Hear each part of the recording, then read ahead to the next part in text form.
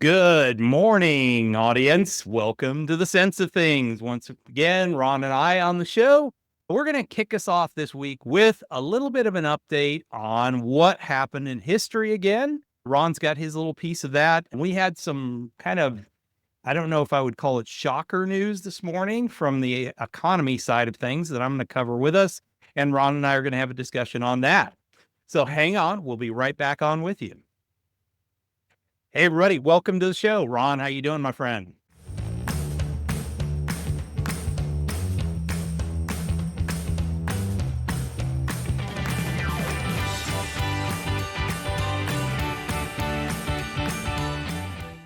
Good morning. I can't believe it. Next week is Q4.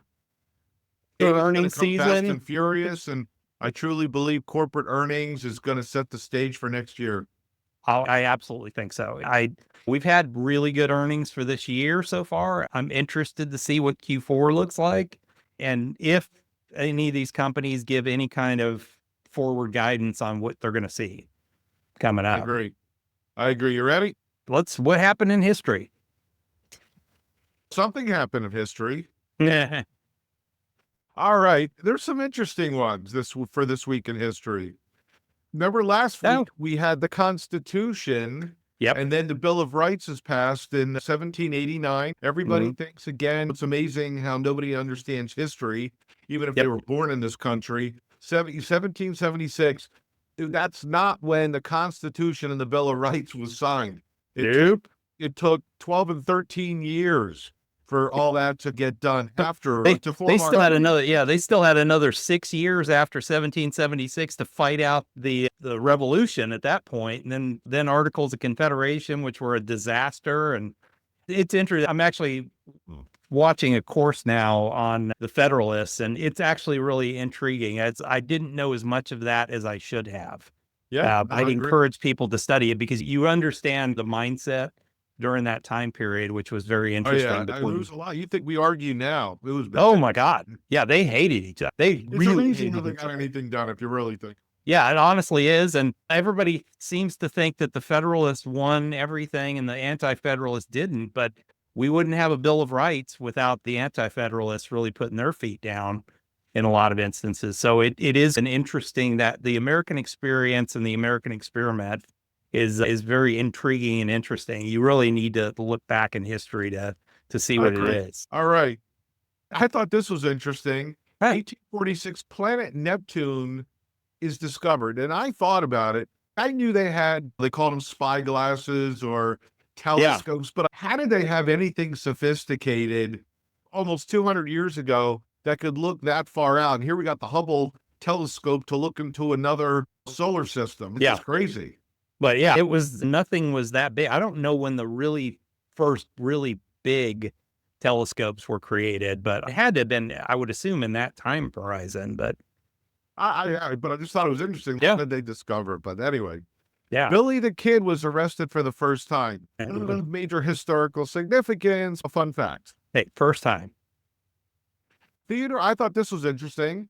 Theodore Roosevelt proclaims Devil's Tower in Wyoming the country's first national monument. I was not aware that was the first one. We'd already been a country for 130, 140 years. And he was very big with national parks and protecting land. And he was amazing in that way. But how about that? Of all things, Devil's Tower is the country's first national monument. Thought it was interesting.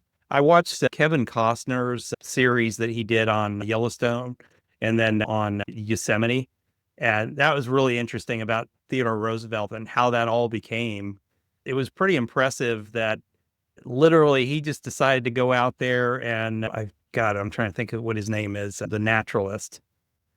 Dang it. I can't think of what his name is. You're talking about Ansel Adams. No, not Ansel Adams. No. What the heck is his name now? The interesting thing about this was, even though we started a Western expansion in the mid 1800s, he was an explorer. A lot of people, he's got a pretty amazing history. And the fact that he wanted to protect a lot of this is very interesting. But yeah, it was really interesting. That series, if you can catch it, that Kevin Costner did, it was really intriguing because Kevin went to Yosemite and he went to all the places that Theodore Roosevelt went to. And basically the guy that he was out there with, and once again, it'll come to me, but the guy that he was out there with was like, hey, Mr. President, I want you to come and see this whole area. And nobody had really explored Yosemite except for him. And so he took Theodore Roosevelt out there for 4 days, and it was like massive snowstorms, and it was just crazy during this whole time period. And Teddy was just, man, he was in his element the whole time, but he left that park with such a vigor to come out and say, hey, we need to preserve this stuff. We cannot let it get destroyed. We have to preserve it. And Absolutely. I think that's the story more than anything of, he was such an intriguing president from that perspective of just saying, hey, we just have to preserve our natural resources. We can't just let this stuff go away. No, I agree. 1928, first company to mass produce car radios is incorporated. It was Galvin Manufacturing Corp. And Galvin actually later produced the Motorola radio. So think about it, like it's so ubiquitous, right? Duh, car radio. But here it is, 1928. It wasn't until 28. You had 15 years after the car really went into mass production. Let's put in a car radio. Cool, actually. I agree. I guess before that, you had wide open cars, so it really didn't make a whole lot. I don't know how much this helped or hurt, but 1933, Standard Oil, Rockefeller's company, the geologists arrive in Saudi Arabia to basically take them out of the Stone Age. Yeah. 1948, Honda Motor Company is incorporated. Last week we talked about General Motors being incorporated. And if you notice, this is right after the war. And their whole rebuilding and industrial infrastructure build out, pretty amazing. Yeah, and some of the Warren Commissioner report delivered to President Johnson, which has been picked apart and debated for over 60 years. We released all the other data, and really there's nothing new. And of course, very important, 1968, the Brady Bunch premiered on TV. Actually, that's way earlier than I going thought. today. Say what? The reruns are still going today. Oh, I know. Yeah. It's the corniest crap you'll ever watch, but so's Gilligan Island. Same creator, Sherwood Schwartz, but for whatever reason, that has captivated more people than obviously the Partridge Family, which was created to compete with the Brady Bunch. Yeah. But honestly, I didn't realize that it was that early in 68. I thought it was more in the... It went from, I think, 68 to 74. They were on for 5 seasons. 6 seasons. Okay. And then, of course, they had to have the couple of movies and like TV stuff like that were awful. And then in 75, for all you favorites, the Rocky Horror Picture Show debuts in U.S. 50 years ago. And who had a cameo role in that? Oh, God, so many people had cameo roles. He recently died a few years ago. He played Eddie. They did. Meatloaf, yeah. That is correct. Yep. Here we go. And that is This Week in History. I sound like Mel Blanc for This Week in Baseball. All right. I thought I got a couple of fun things from my friends at Visual Capitalist. Here's the American population breakdown. I don't know about you, but I got a few clients in their 90s. Yep. Going fairly strong, but I thought this was interesting. I really expected there to be more population in the 51 to 80 range because of the baby boomers, right? Early Gen X like you and I, and baby boomers. But I think there's a pretty interesting swath there in 21 to 40. Yeah.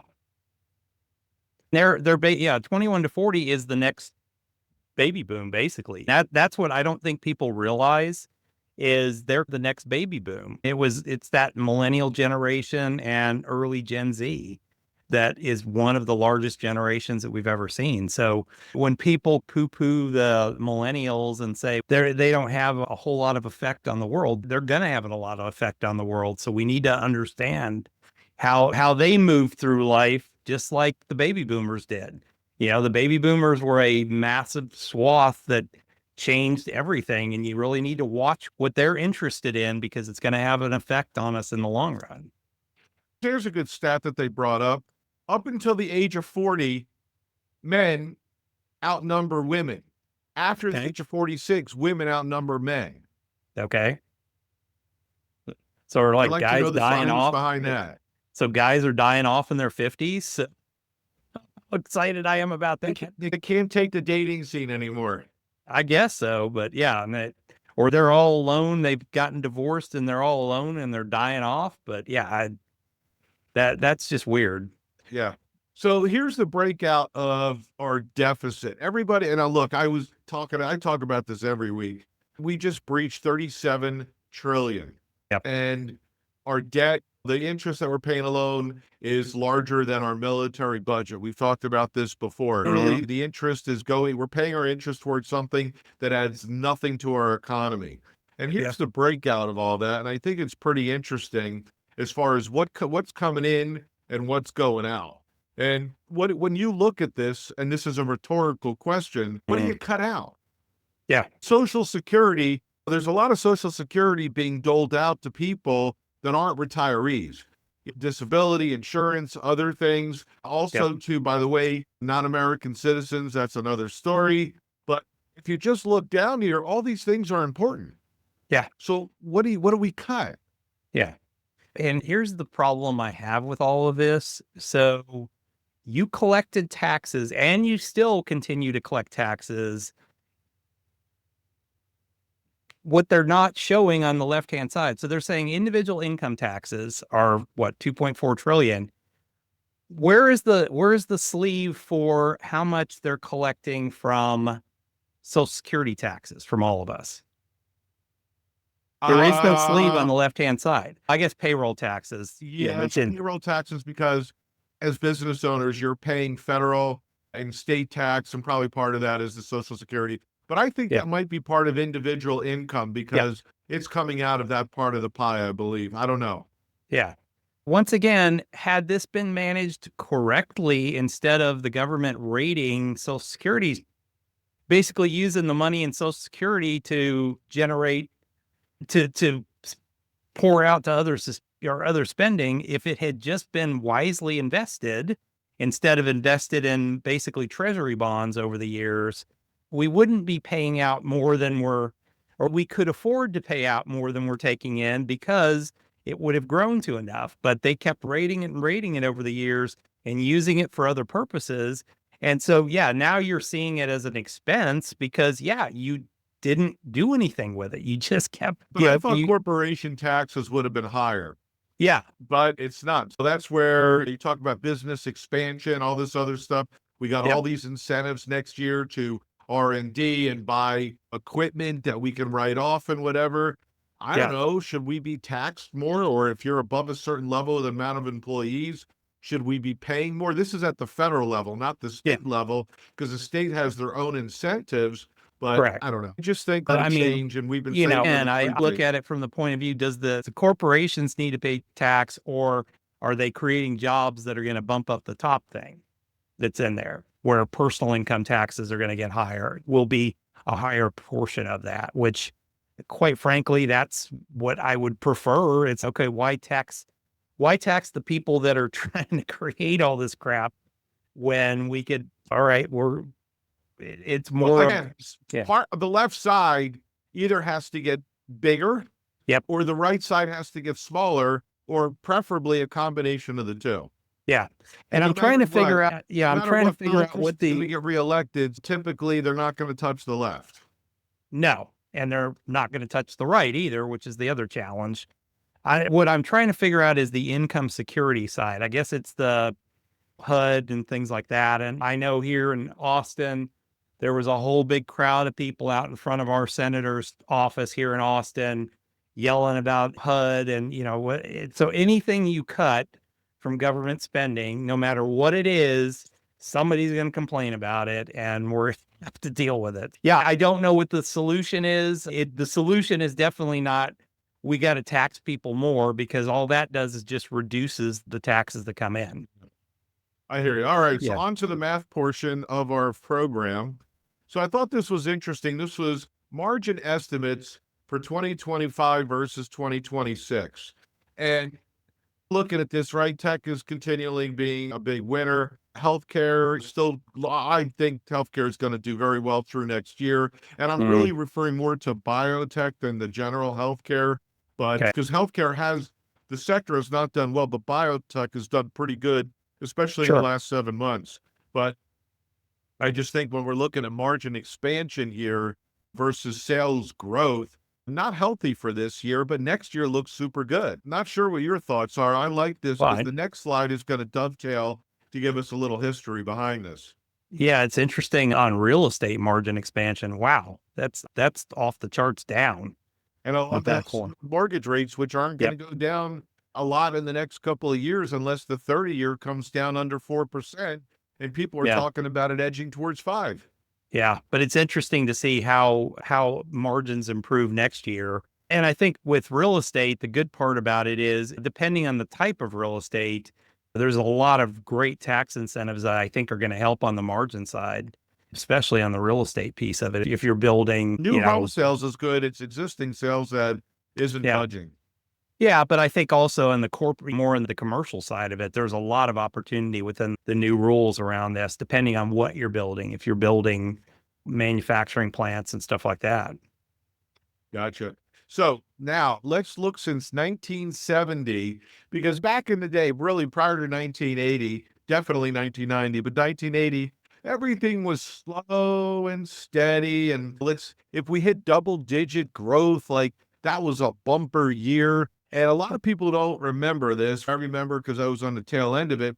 Like dividend yields were 6 to 10% on a Yeah. lot of companies to get them attractive for people to buy in it because they were just growing slowly. So how do we get people to buy our stock? Let's give them a good dividend.